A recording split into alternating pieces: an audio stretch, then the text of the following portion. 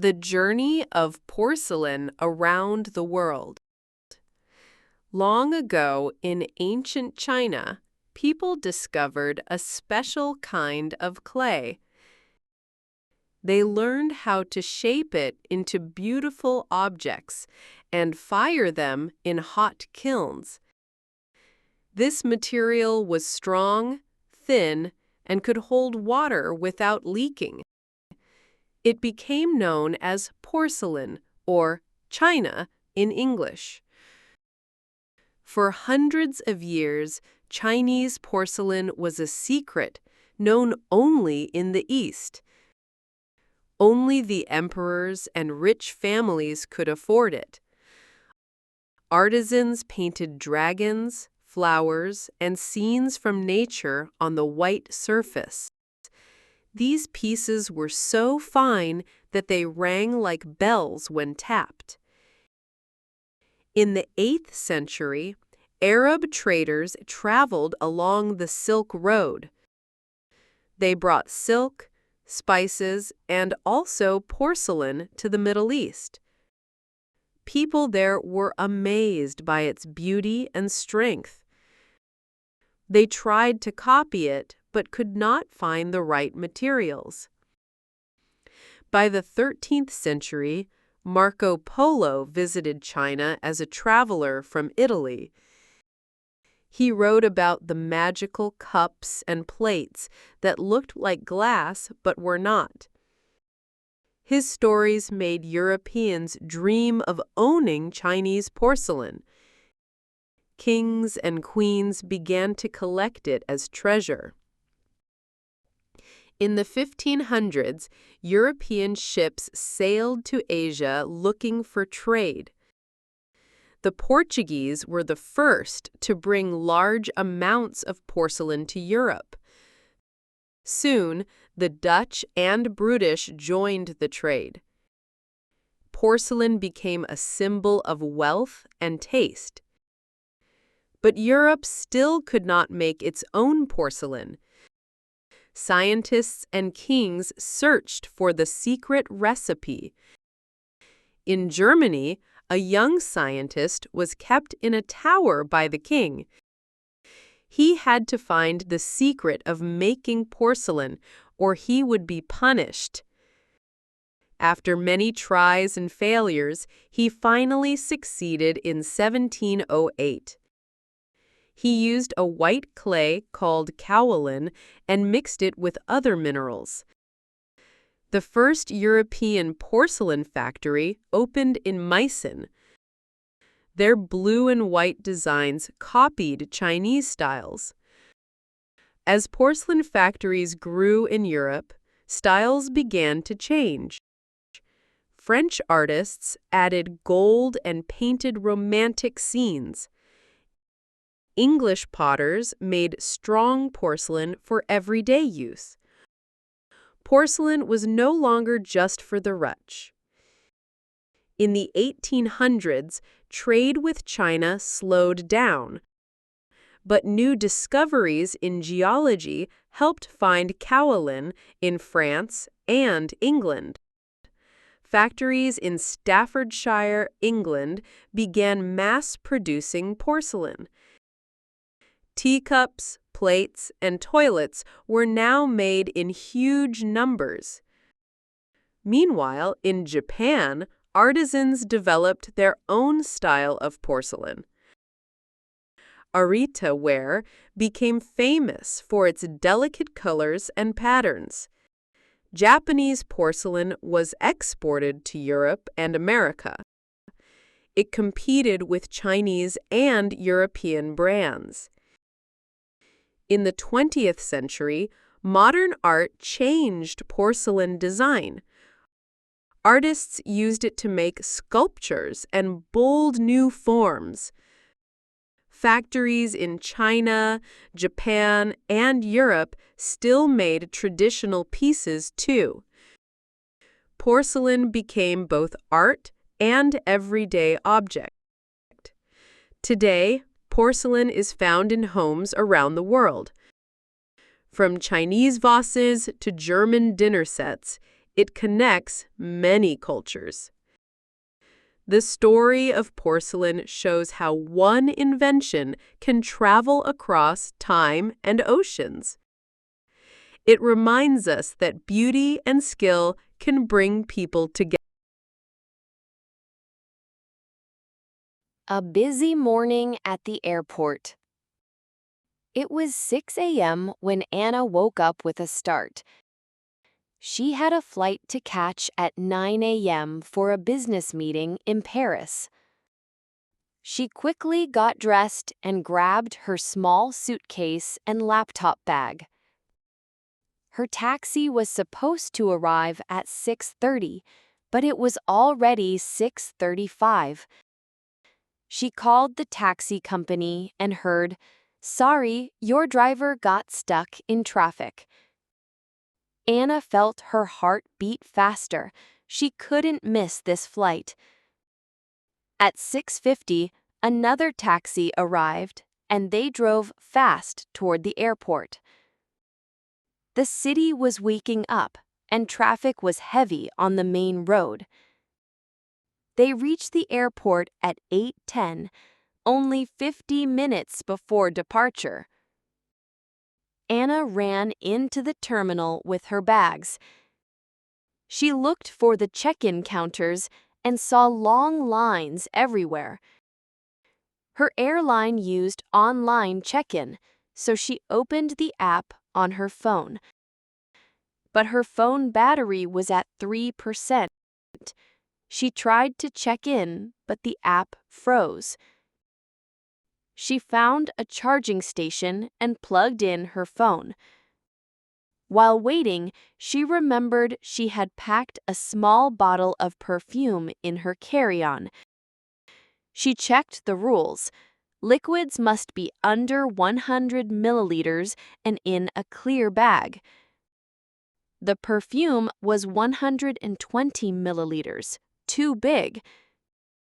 She had to choose throw it away or check the bag.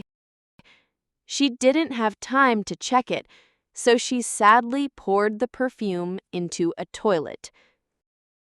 Back at the charging station, her phone had 15% battery. She finally checked in and went to security. At the scanner, the officer stopped her. Her laptop wasn't in a separate bin. She opened her bag, found the laptop, and placed it in a bin. Then her belt with a metal buckle set off the alarm. She took it off, went through again, and passed. She looked at the clock, 8:40. Boarding started at 8:45 and her gate was far away. She followed the signs to gate B23, walking fast. People were moving slowly, and she had to squeeze past a large group. When she arrived, the boarding line was short, only a few people left. The flight attendant said, "Last call for Anna Reed." She showed her boarding pass and ran onto the jet bridge. Inside the plane, a flight attendant pointed to seat 14B. She sat down, breathing heavily, just as the doors closed. The pilot announced, "We're on schedule for Paris." During the flight, she opened her laptop to prepare her presentation. But the battery was dead again. She forgot to charge it. She borrowed a charger from a kind passenger and smiled.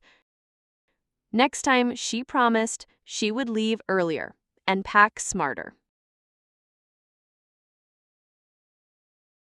Elon Musk and the rise of SpaceX. In 2002, Elon Musk started a new company called SpaceX.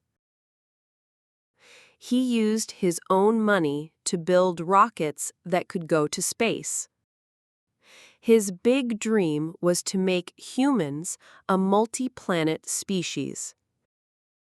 Many experts said it was impossible for a private company to do this. The first rocket was named Falcon 1.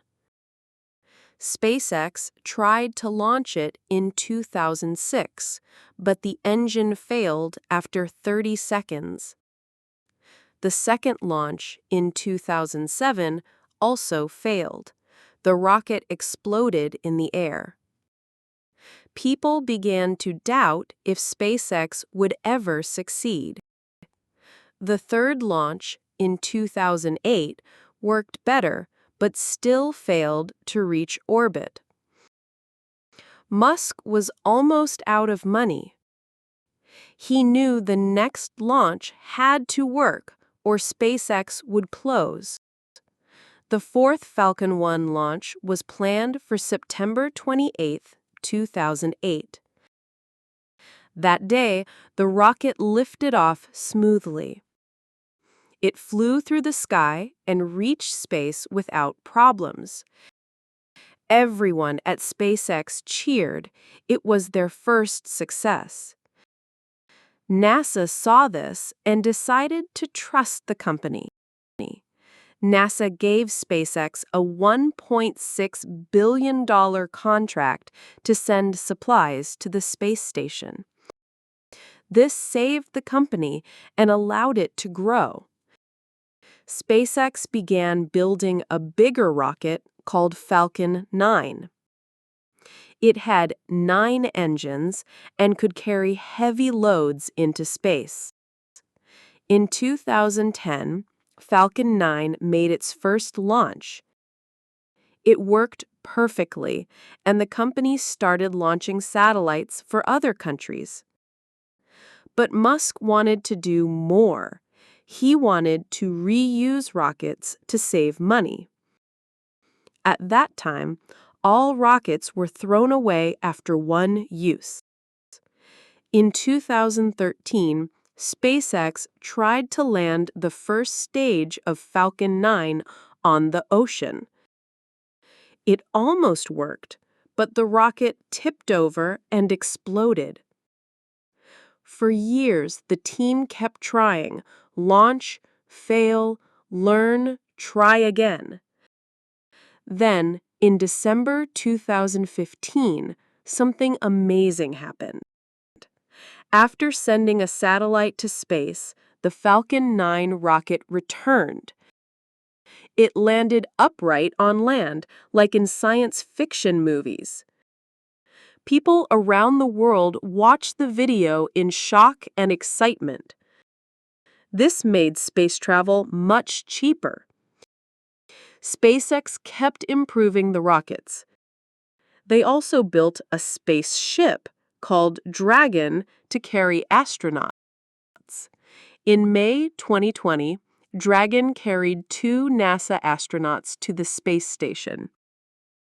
It was the first time a private company did this. Now, SpaceX launches rockets every few weeks. They are working on a huge new rocket called Starship. It is meant to take people to the Moon and Mars one day. Not all tests have worked. Some rockets have exploded during landing.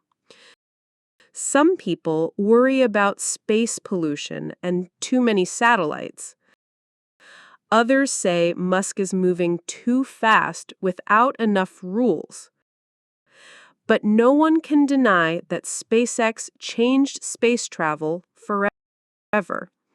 What once belonged only to governments is now also in the hands of private companies. Elon Musk still says Mars is the goal. He hopes to build a city there in the future. SpaceX is not just a company, it is part of a bigger dream. And the journey is still going. A family holiday by the sea. The Johnson family packed their car early on Saturday morning. They were going to the beach for a 5-day holiday. Mom brought towels, sunscreen, and a big blue umbrella. Dad checked the map because the GPS was not working well. Tom, their 12-year-old son, wanted to surf. His younger sister, Lily, aged 8, hoped to find seashells. They listened to music and played games during the drive. After 4 hours, they finally arrived at the small coastal town. Their rented house was near the beach, but it looked different from the photos.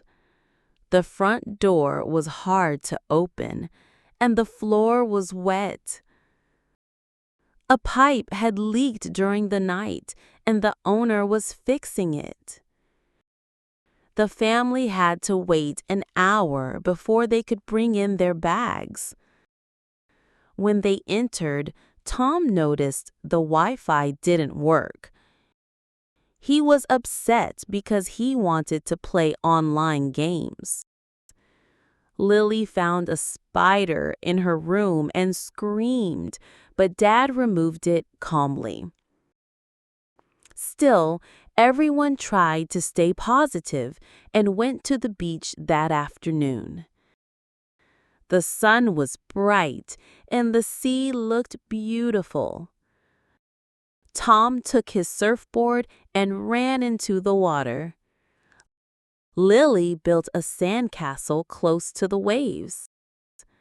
Mom and Dad sat under the umbrella, reading books and drinking juice.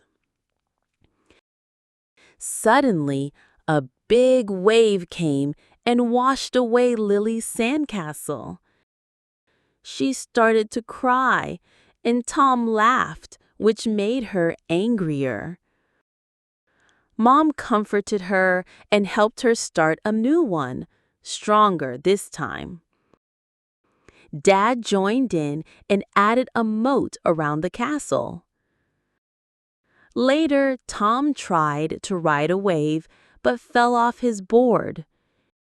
He swam to get it, but a strong current pulled him away from the beach.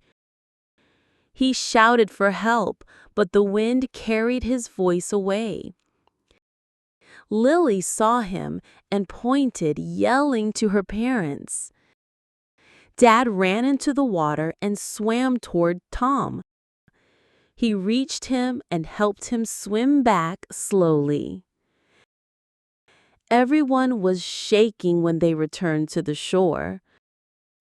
The lifeguard came and said the current was dangerous that day. That evening, the family ate dinner in silence at first. Then Tom said, "I'm sorry I laughed at your castle, Lily." Lily smiled and said, "And I'm sorry I screamed so loud." Mom said it was a hard day, but they stayed together. The next morning, the sun rose over the sea and the weather was perfect. The repairman fixed the Wi-Fi, but the family decided not to use it much. Instead, they played cards, flew a kite, and looked for shells together. Tom taught Lily how to float in the water, and she laughed with joy. On the last day, they wrote a message in the sand, "Best Family Holiday." A photo of it became their new phone wallpaper. They drove home tired but happy. Even with problems, they learned that being together was what mattered most.